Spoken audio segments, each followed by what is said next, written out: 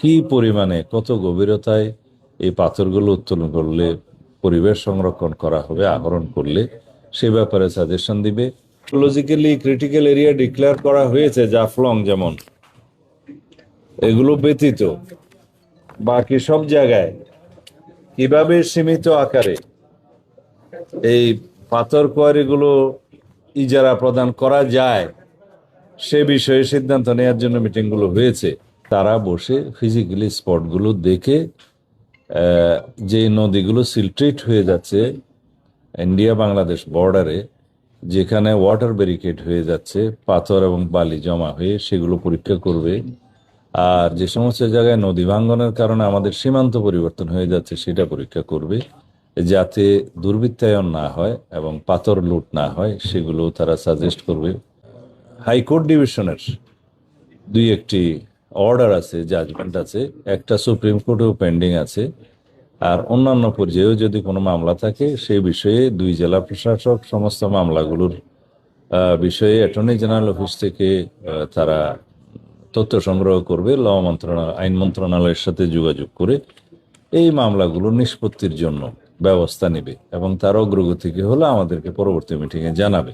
আমরা সিলেট বিভাগের দুইটা জেলা, সিলেট জেলা এবং সুনামগঞ্জ জেলার পাথর কোয়ারি বিষয়ে একটা মিটিং করেছি। এখানে পরিবেশ সংরক্ষণ করে এবং খনিজ সম্পদ আইন বিধিমালা, পরিবেশ সংক্রান্ত আইন ও বিধিমালা সবগুলো যথাযথভাবে অনুসরণ করে এবং যেগুলো ইকোলজিক্যালি ক্রিটিক্যাল এরিয়া ডিক্লেয়ার করা হয়েছে জাফলং, যেমন এগুলো ব্যতীত বাকি সব জায়গায় কিভাবে সীমিত আকারে এই পাথর কোয়ারিগুলো ইজারা প্রদান করা যায় সে বিষয়ে সিদ্ধান্ত নেওয়ার জন্য মিটিংগুলো হয়েছে। এখানে আমরা সবার মতামত অনুসারে সিদ্ধান্ত নিলাম, আগে একটা সার্ভে রিপোর্ট আমাদের দরকার, স্থানীয় পর্যায়ে, ফিল্ড পর্যায়ে, মাঠ পর্যায়ে। এখানে বিভাগীয় কমিশনার সিলেট এর কে আহ্বায়ক করা হয়েছে, আর দুই জেলার, সিলেট এবং সুনামগঞ্জ জেলার জেলা প্রশাসক এবং উভয় জেলার খনিজ সম্পদ মন্ত্রণালয়ের উভয় জেলা পরিবেশের যে প্রতিনিধি, পানি সম্পদ মন্ত্রণালয়ের প্রতিনিধি, আর কাকে দিলাম, জিওলজিক্যাল সার্ভের উপরে বাংলাদেশের একজন অধ্যাপক শাহজালাল বিশ্ববিদ্যালয়ের প্রতিনিধি থাকবে এবং মিনারেল রিসোর্সেস মিনিস্ট্রির একজন ডাইরেক্টর এই বিষয়ে সেখানে সদস্য থাকবে এবং কমিটি প্রয়োজনে আরো এক্সপার্ট যদি কোঅপ্ট করতে চায় সে সুবিধা রাখা হয়েছে।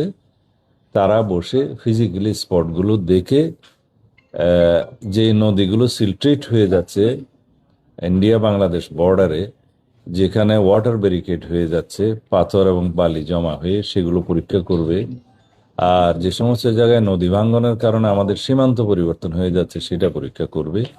কি পরিমাণে কত গভীরতায় এই পাথরগুলো উত্তোলন করলে পরিবেশ সংরক্ষণ করা হবে, আহরণ করলে সে ব্যাপারে সাজেশন দিবে এবং কোন কোন জায়গায় আমাদের পর্যটন স্পট আছে আর কি, সেই সমস্ত জায়গায়, যেমন সাদা পাথরের একটা স্পট আছে, বিছানাকান্দি আছে, ভোলাগঞ্জ আছে, বিভিন্ন জায়গায় আমরা যাতে পর্যটক আকর্ষণ করতে পারি সেইটাও তারা এখানে সাজেশন করবে। সেই সমস্ত জায়গায় যাতে আমরা অন্তত একটা শাসনের মধ্যে রাখতে পারি। আইন শৃঙ্খলা বাহিনীর ভূমিকা আছে এখানে, 2 এসপিকেও সেখানে মেম্বার হিসেবে রাখা হয়েছে, যাতে দুর্বৃত্তায়ন না হয় এবং পাথর লুট না হয়, সেগুলো তারা সাজেস্ট করবে।